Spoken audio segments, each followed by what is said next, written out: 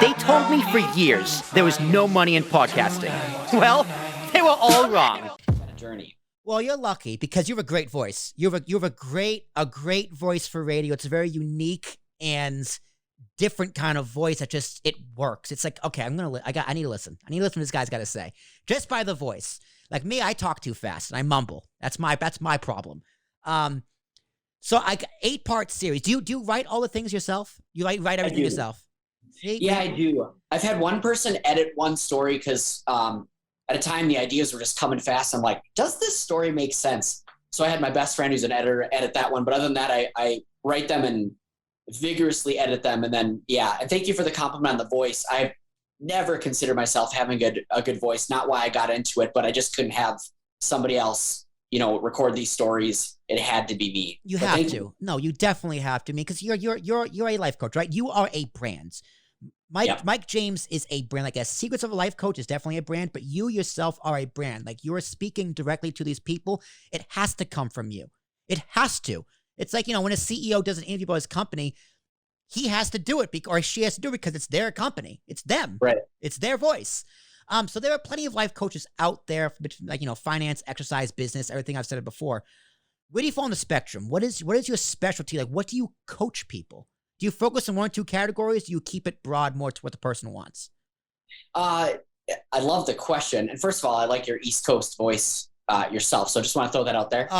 Born and raised in Braintree, Massachusetts, South Shore, Boston. My mom grew up in Quincy. My dad grew up in Jersey. So I got the New York, the Boston, and people think it's British. So riddle me that. So I got a little bit of everything. That's funny. I wouldn't have guessed British myself, but I could hear the East Coast. It's there. If you get a few drinks in me, the Boston really comes out. Or if I get really excited, it's like, oh, who works for you? It's the yas come out. So yeah, I have the accent. Sure. Yeah, I'll send you a bottle of wine. I want to hear that someday when you're drinking. Let's see.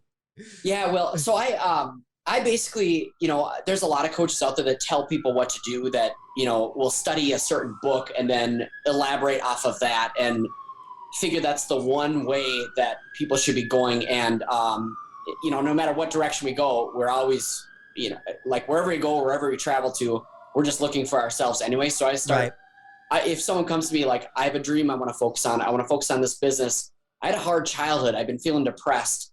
I will take them on as clients. And then it always seems to come to like really looking at the emotions that they've been hiding for a long time and really freeing themselves from whatever traps they've set.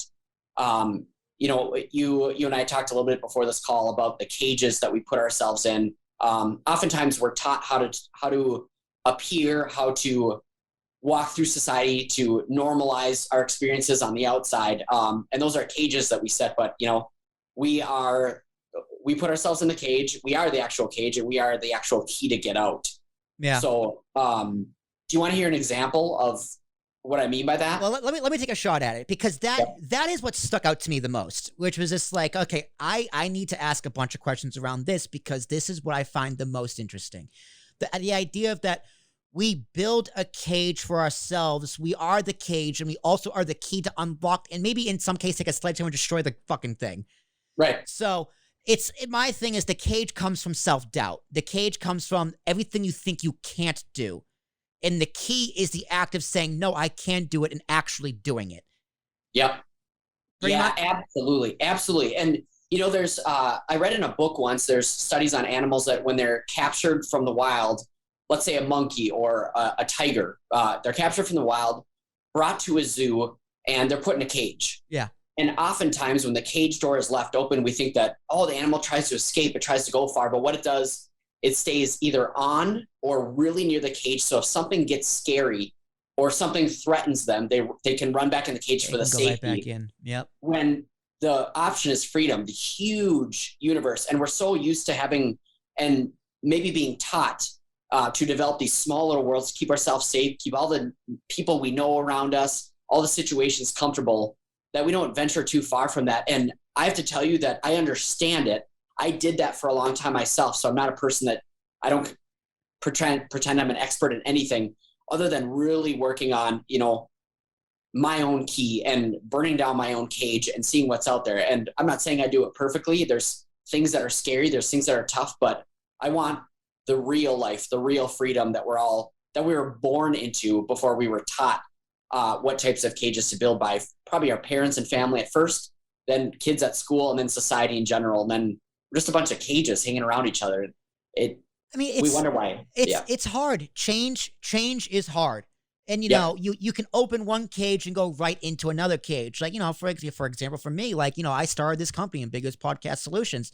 That's a cage. It's a hard cage to break out of. But at the same time, there are other opportunities I'm not taking because I want to do this so bad, right? I want this to work. This is what I want to do. And sometimes, these opportunities are huge and could change my life. But at the same time, it's just like, I don't, that's not what I want. So it's surprisingly easy to turn away from that change.